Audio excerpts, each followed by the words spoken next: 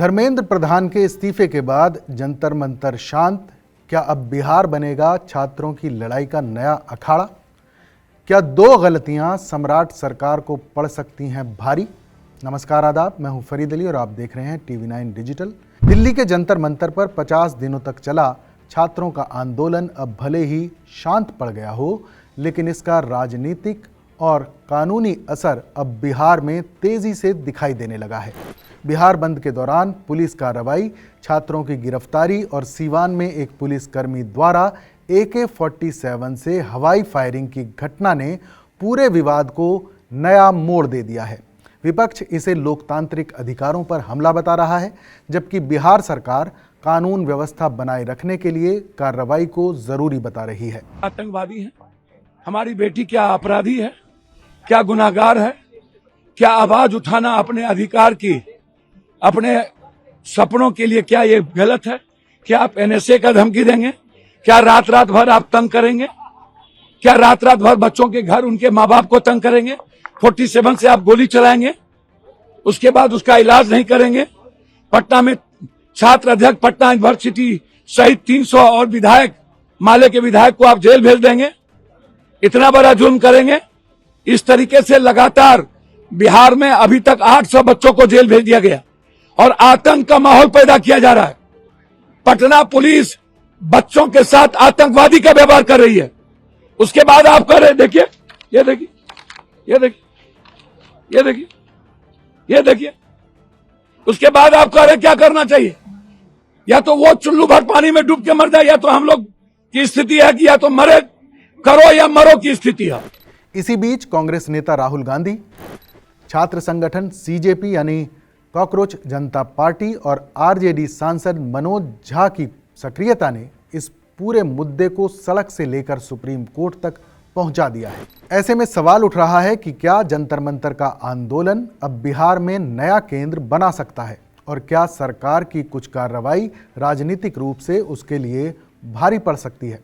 पूरा विवाद उस समय और ज़्यादा बढ़ गया जब सोशल मीडिया पर सीवान का एक वीडियो वायरल हुआ, जिसमें एक पुलिसकर्मी प्रोटेस्ट के दौरान AK-47 से हवा में गोलियां चलाता दिखाई दिया।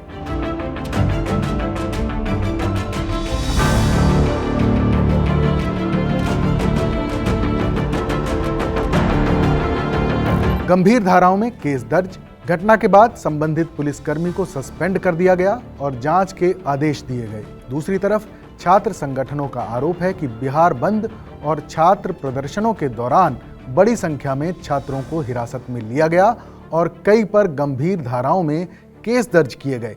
विपक्षी दलों ने इसे छात्रों की आवाज दबाने की कोशिश बताया है। मैंने सुना है कि अभी भी FIR फाइल कर रहे हैं बिहार में, बंगाल में स्टूडेंट्स के खिलाफ। ये मैंने सुना है, वेरीफाइड नहीं है अभी। तो मतलब फिर फायदा क्या हुआ? शिक्षा के मुद्दे तक सीमित नहीं, वहीं बिहार सरकार और भाजपा का कहना है कि कानून हाथ में लेने वालों के खिलाफ कार्रवाई करना पुलिस की जिम्मेदारी है और विपक्ष इस मुद्दे का राजनीतिकरण कर रहा है। इस पूरे घटनाक्रम ने छात्र आंदोलन को सिर्फ शिक्षा के मुद्दे तक सीमित नहीं रहने दिया, बल्कि इसे कानून व्यवस्था, लोकतांत्रिक अधिकार और राजनीति की बड़ी बहस में बदल दिया है। क्यों बढ़ रही है बिहार में सियासी हलचल? CJP ने पुलिस कार्रवाई का विरोध करते हुए गिरफ्तार छात्रों की रिहाई और मामलों को वापस लेने की मांग की है। राहुल गांधी ने बिहार में AK-47 और दिल्ली में छात्रों पर बल प्रयोग का मुद्दा उठाकर केंद्र और बिहार सरकार पर निशाना साधा है।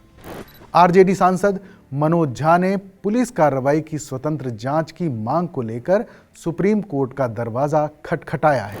देखिए, एक व्यापक मुद्दे को लेकर के मैं गया हूं, एक राष्ट्रीय जनता दल के सांसद और एक दिल्ली विश्वविद्यालय के शिक्षक के रूप में, कि ये बर्बरता हमारे लोकतंत्र को शर्मसार करती है। हमने वो विजुअल्स देखे हैं जहां AK-47 से शॉट्स दागे जा रहे हैं।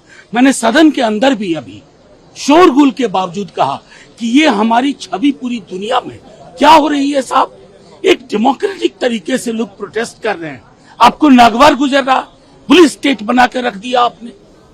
हर इस तरह की सत्ता का एक अंत होता है, अंत बेहतर हो इसकी कोशिश करें। आखिर सरकार की कौन सी दो गलतियां चर्चा में हैं, इनकी बात करें तो पहली AK-47 से फायरिंग की घटना। बिहार बंद के दौरान सीवान में एक पुलिसकर्मी द्वारा AK-47 से हवाई फायरिंग का वीडियो सामने आने के बाद सरकार सवालों के घेरे में आ गई है। वरिष्ठ पुलिस अधिकारियों ने इस कार्रवाई को उचित नहीं माना और संबंधित पुलिसकर्मी को निलंबित कर दिया। घटना की जांच जारी है। विपक्ष का आरोप है कि छात्रों के प्रदर्शन में इस तरह की कार्रवाई ने सरकार की छवि को नुकसान पहुंचाया है।